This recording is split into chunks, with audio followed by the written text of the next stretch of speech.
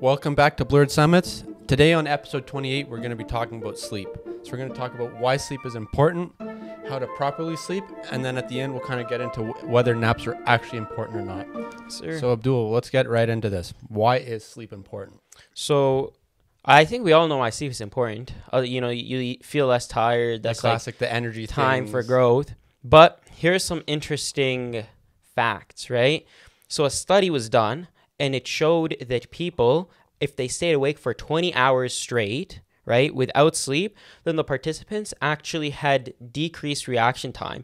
Their reaction time was similar to that of a drunk person. Oh, wow. 20 hours doesn't even seem like that long in a row. Like if you pull an all-nighter, then people go like 2 days straight sometimes. Yeah, like if you pull an all-nighter, you are, as receptive as a drunk person, basically. Yeah, like 20 hours, that's all that is that's waking up at 6 a.m. and then not going to bed till like 2 the next day. Yeah. That's nothing Right? crazy. It's nothing too crazy. Not at all. And another thing is sleep actually protects against disease. So another study was done, and what they found was that people who got less than 5 hours of sleep were 45.2% more likely to catch the common cold when they were exposed to it. So your immune system actually gets depressed if you don't get any sleep. I guess because it's working the whole time to try and make your brain be aware or whatever, right? Your body's working overtime because it's not set up. I don't exactly know the real reason. My suspicion is that it's a chronic stress response. Like, if you don't sleep, then you're kind of running on fumes. Yeah, I guess your body's strained, so then it doesn't have the energy to keep Yeah. everything going at the same time. Yeah, and there's probably, like, less white blood cells and, like, actual, fighters inside your body because those kind of get renewed and all the rebuilding happens while you're sleeping. Oh, interesting. So, see, like, not many people know that type of stuff about sleep. Like, I didn't really know that type. Yeah. Like, the actual biological side of sleep, I've got no idea. Yeah. I know I go to bed when I'm tired. I wake up and I'm still tired. Oh, well. We're going to fix that in today's episode. We are going to fix that. We better. I've been trying and it's not working too well. That's here. funny. No, but something else that's super cool is that not enough sleep actually leads to depression and anxiety. That leads back to the previous one, right? With like the lack of protection against disease. Yeah. It's like everything just comes in and hits you like a wall when you're tired, I guess. Exactly. And probably this is as a result of, not getting enough sleep is almost like a chronic stress response. So, like your body imagines this is in danger, and if you keep doing it for such a long amount of time, it's ridiculous. But like each hour of sleep, a study is done, each hour of sleep lost led to a 38% increase in feeling sad and hopeless, right? So what is like in this, what is like the standard amount of sleep in this? So what is their number that says this is the good amount? Anything less than it starts to hit you like this? It was probably done 7 or 9 hours, right? Okay. 7 or 9 hours, something like that. They found that each hour lost of sleep had a 58% increase in suicide attempts. So this doesn't mean that you get 1 hour less of sleep, you're going to commit suicide attempts, 58% more, but you're more at risk. Yeah, I think that comes with the increased risk of like sad or hopelessness, right? If you're sad or hopeless, then that stuff's more likely to happen to you. Yeah. So it just seems like it's just this insane downward spiral sort of thing, right? You start losing sleep, then all this stuff kind of comes and attacks you at the same time. Yeah. Then you're tired and all this other stuff's on top of it. It was funny because I used to be very stubborn in sleep. And in our last episode, 2 episodes ago, we spoke about sleep very briefly in the Hustle Mindset episode. Oh, that was like a week ago. Oh, yeah, sorry, a week ago. That's already out. Yeah, that's funny. But when that episode came out, my mom, after she heard it, she was like, remember when you were in grade 11? I lived an entire semester, 4 hours of sleep, 3 hours of sleep. Like, it was really, really bad. And I used to be very stubborn with it. I remember that. I used to be like, bro, my grad quote was like, sleep is for the weak or something like that. It was so stupid. Like you can sleep when you're dead or I don't even remember. It was something with sleep, but it was... Sleep is one of those... I feel like I've always tried to value sleep, but you get as much as you can in a night, right? Like, you try to get the 8 hours. You try to go to bed early, but sometimes you'll sleep it or you'll be awake a bit later than you want to. So it's like, it is what it is. But yeah, you have to be like... It's kind of like eating healthy. If you don't put effort into it, you'll slip into just, eating unhealthy. Well, I think with the eating side, it's preparation. Same with sleep. You Same prepare with yourself sleep. to bed. Exactly. Get ready early, and you'll be good. Yeah. It's setting up you're right. Like preparing your schedule so that you can actually get that right amount of sleep. Yeah, and same with not being on your phone or on your computer doing school, and then it's like, oh, it's 10 o'clock. I need to go to bed. Yeah. You're gonna be there for 2 hours, bud. Exactly. And okay, so we're gonna jump into how to actually get proper sleep. We're talking like sleep is all great and everything. How do you actually get proper sleep? Not just proper amount of sleep, but sleep actually has 3 components, right? Yeah. Quantity, which is, we know volume. Like you get your 8 hours, you get your 9 hours, your 7 hours, whatever. But there's also the quality of your sleep. You can sleep for 10 hours straight, but if your quality of sleep is bad, then you're going to feel tired. You wasted a couple hours of sleep, all that kind of stuff. And the last thing is timing, right? When do you actually go to sleep? So those are the 3 big components of sleep.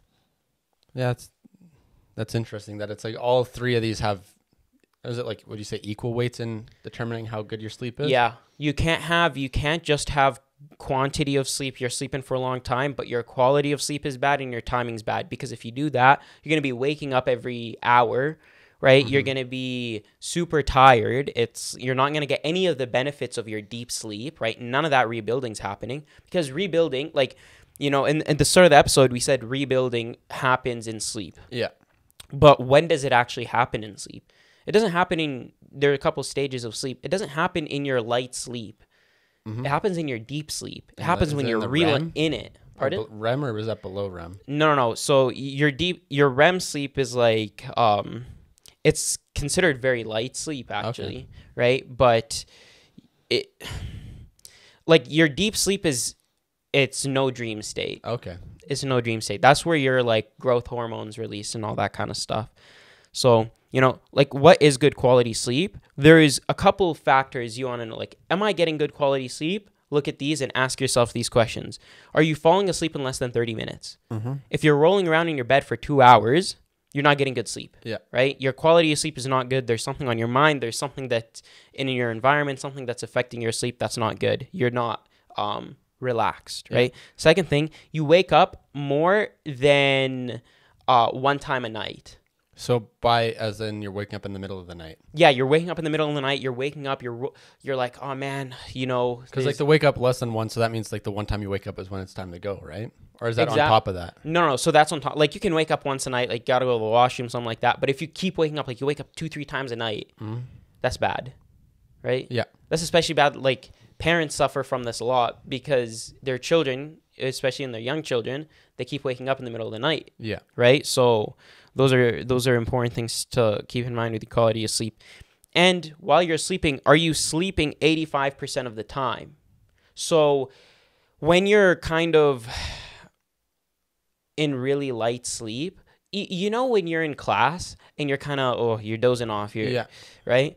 That is considered, you're not awake technically, but you're not asleep. Okay. You're in this weird middle ground. Yeah. If you don't want to be in that weird middle ground more than 15% of your night. You want to be dead asleep at least 85% of your night, right? Yeah, that seems quite achievable, right? It's not too crazy. These aren't too crazy, but the crazy thing is it's very rare for people to get this amount of sleep, Statistics show that university students, during final exam season, less than 10% of them get adequate sleep. Yeah, that doesn't surprise me. That's right. That's what the university system sets you up for. Yeah. Here's 5 finals within 3 days. Good luck. Learn everything from the course and just do your best. So it's a terribly toxic cycle when you really think about it. You're almost punished if you sleep, because then you fall behind everyone. You can't sleep. Yeah. What a terrible system. Yeah. And then they wonder why mental health is such a big problem. Yeah. It's crazy, bro. Okay.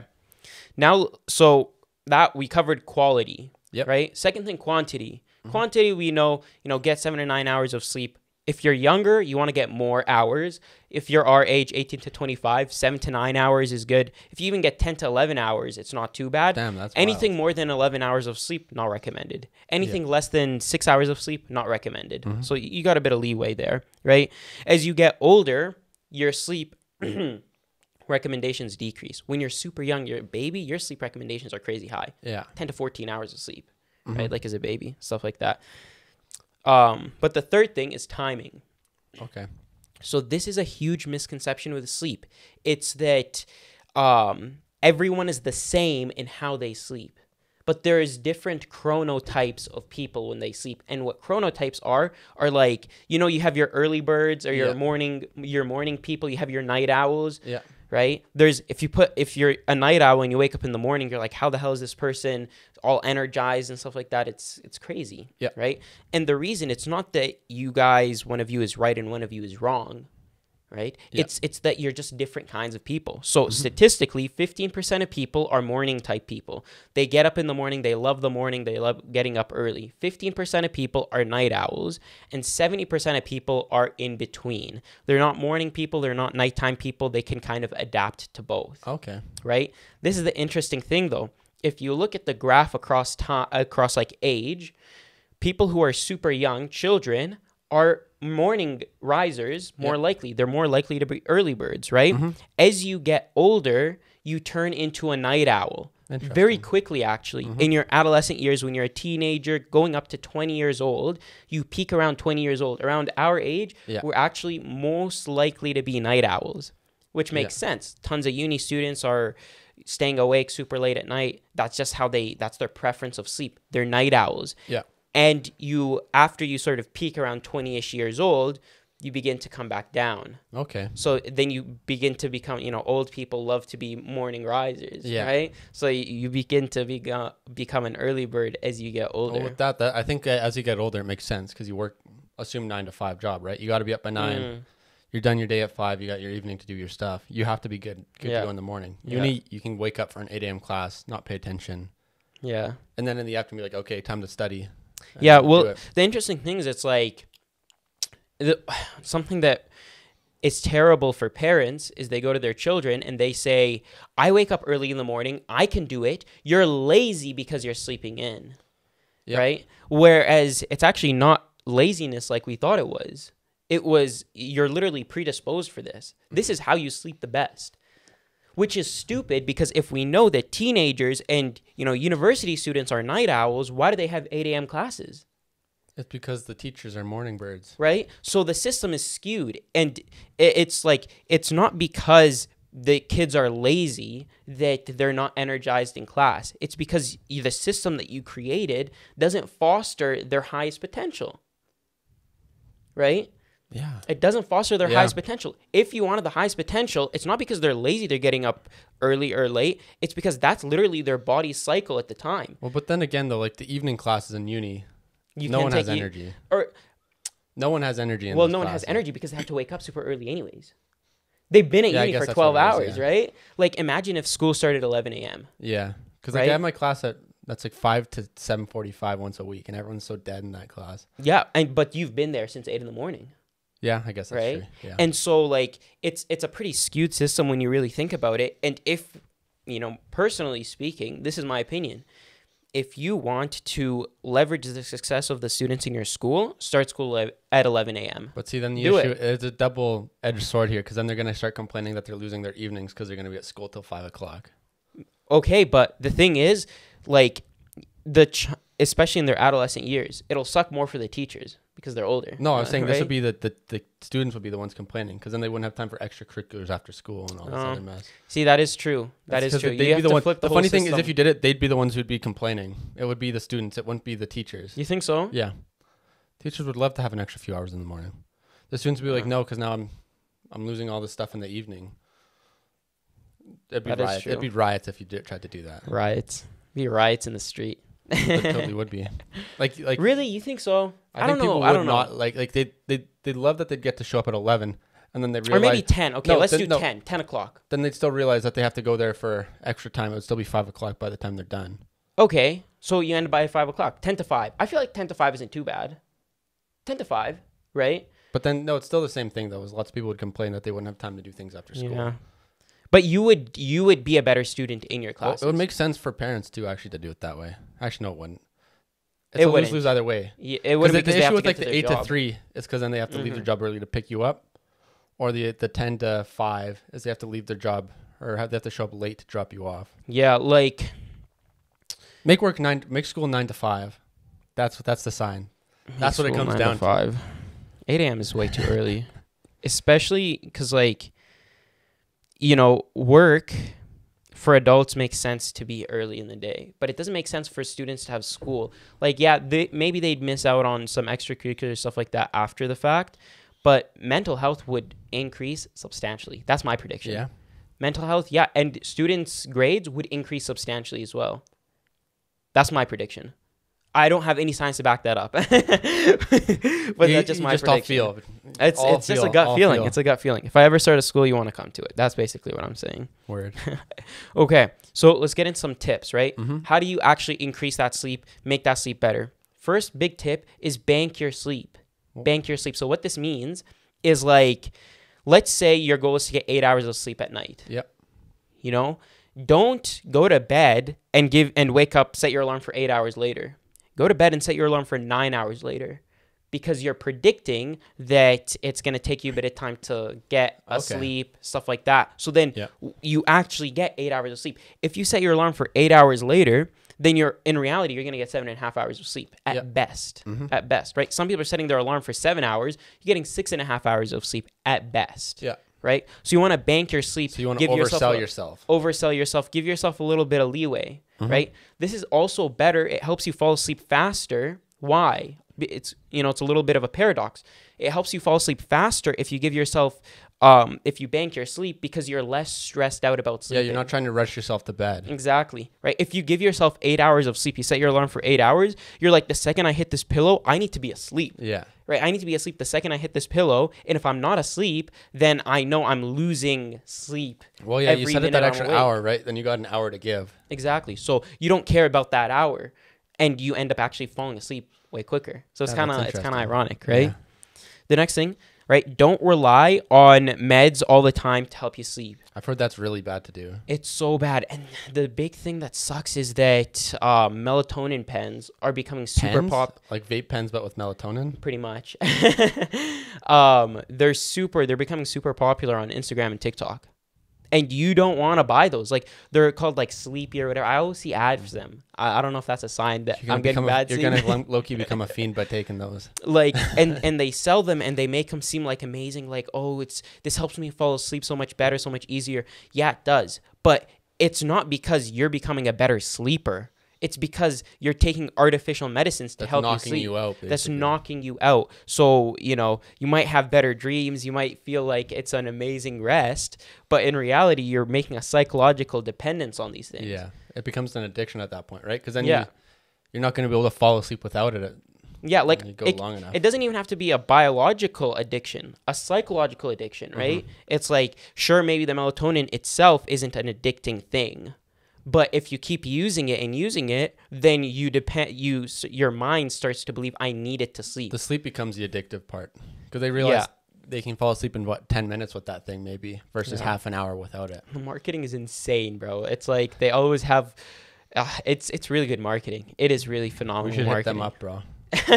Hey, by the way, we're trashing on your product, but please sponsor us.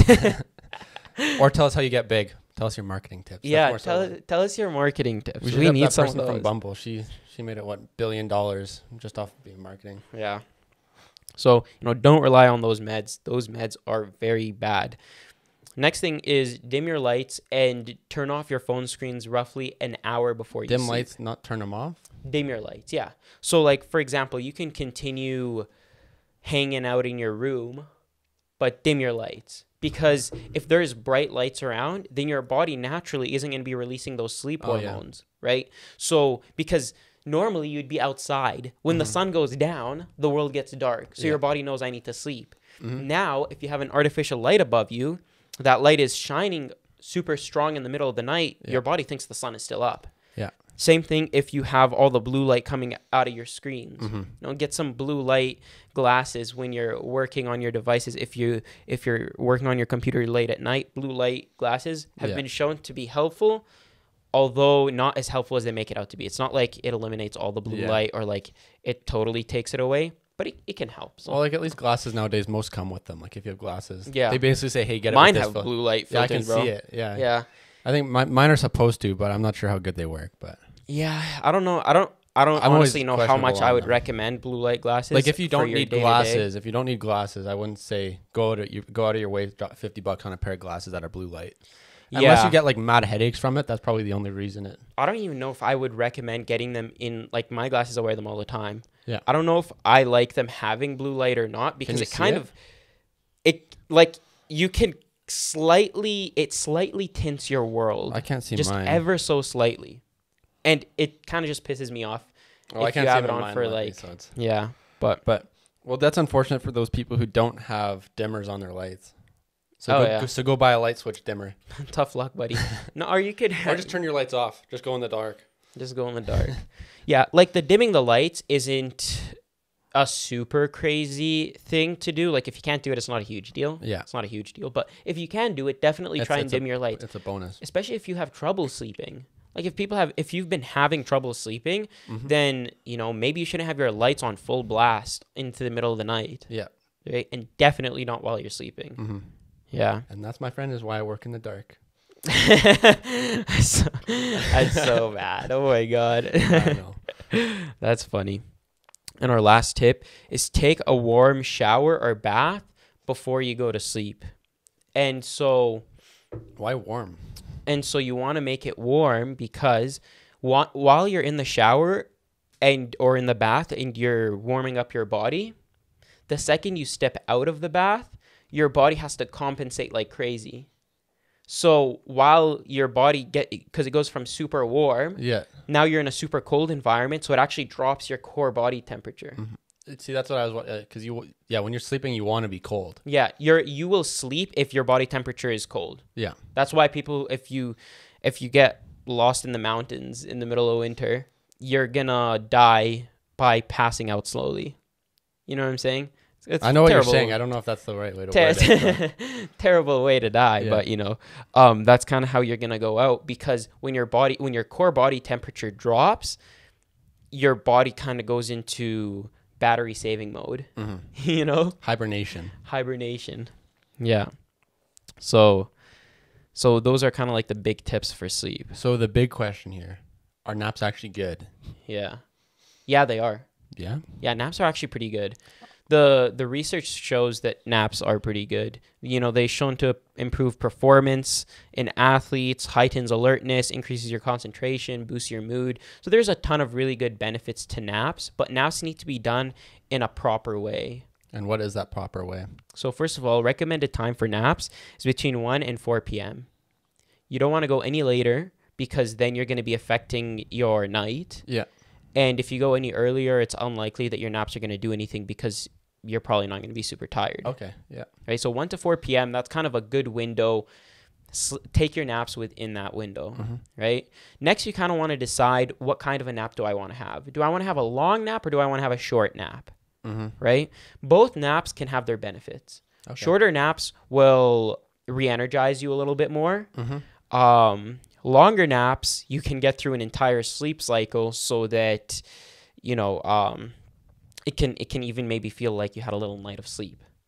I think I've had those are the ones that I usually end up, like, I don't nap. Yeah, the ones where it'll be like a Saturday afternoon, I'm like, oh, I'm so tired, just sit down on the couch, and then bam, feels like a whole day passed. Yeah, it's like you live 2 days in one. Hey, exactly.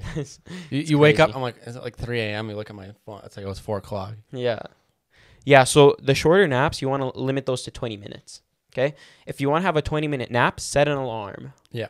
Okay, set a 20-minute alarm and wake up after 20 minutes. That's perfectly fine. If you want to have a longer nap, though, 90-minute nap. So allocate 90 minutes in your mind that this nap, I'm going to take it for an hour and a half. Yeah.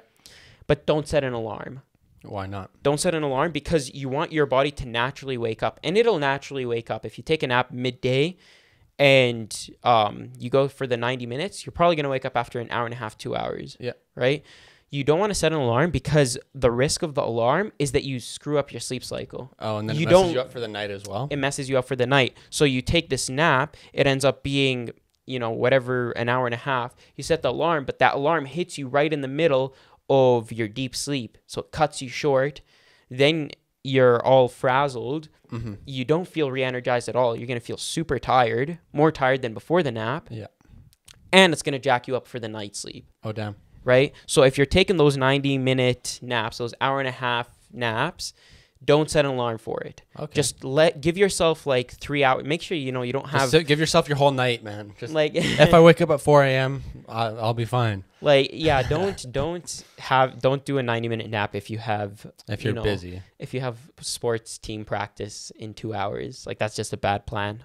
So make sure that you're free for the next 2 to 3 hours. But if you can, that's the way to go.